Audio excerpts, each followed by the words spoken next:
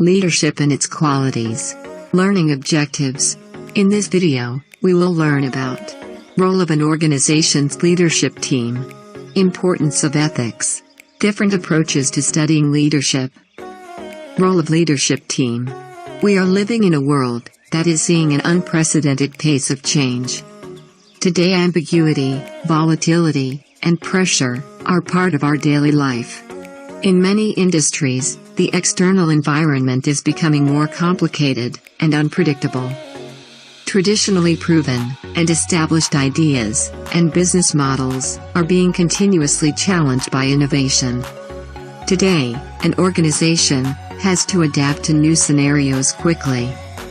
Hence, the role of an organization's leadership team is critical in guiding it through such challenging times.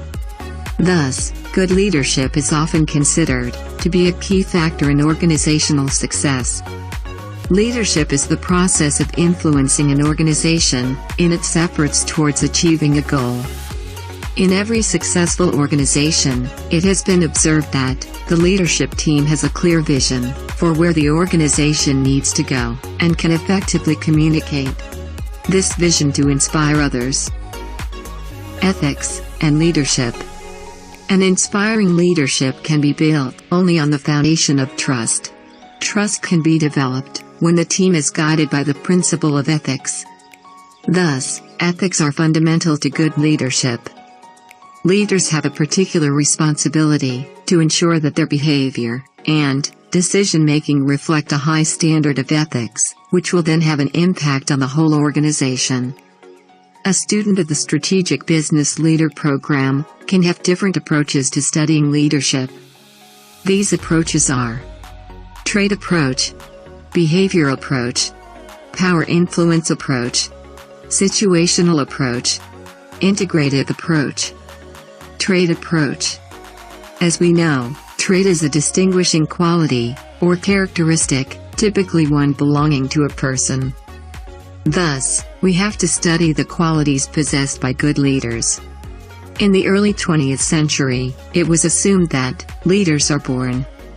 Researchers concluded that natural leaders possess traits that others did not, such as energy, intuition, and persuasiveness. However, this research failed to identify a set of traits that would guarantee success in leadership. More recent research tends to focus on how certain attributes can relate to leadership behavior and effectiveness.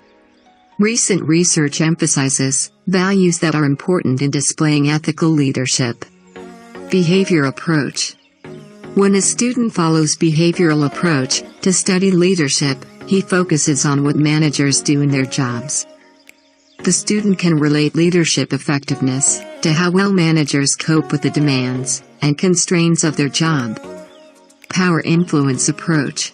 Under the power influence approach, a student focuses on leadership effectiveness in terms of the amount and type of power possessed by a leader and how it is exercised.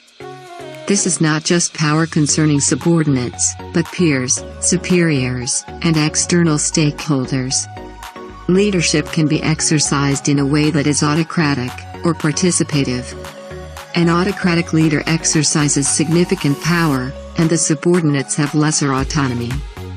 However, a participative leader exercises limited power, and his subordinates have more autonomy. They have a say in decision-making. Situational approach.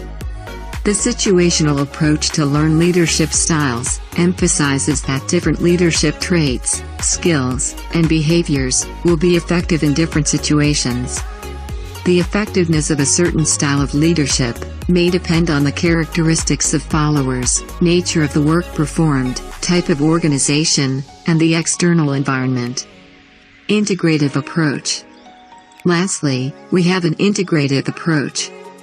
In this approach, a student can consider more than one type of the leadership variables described above.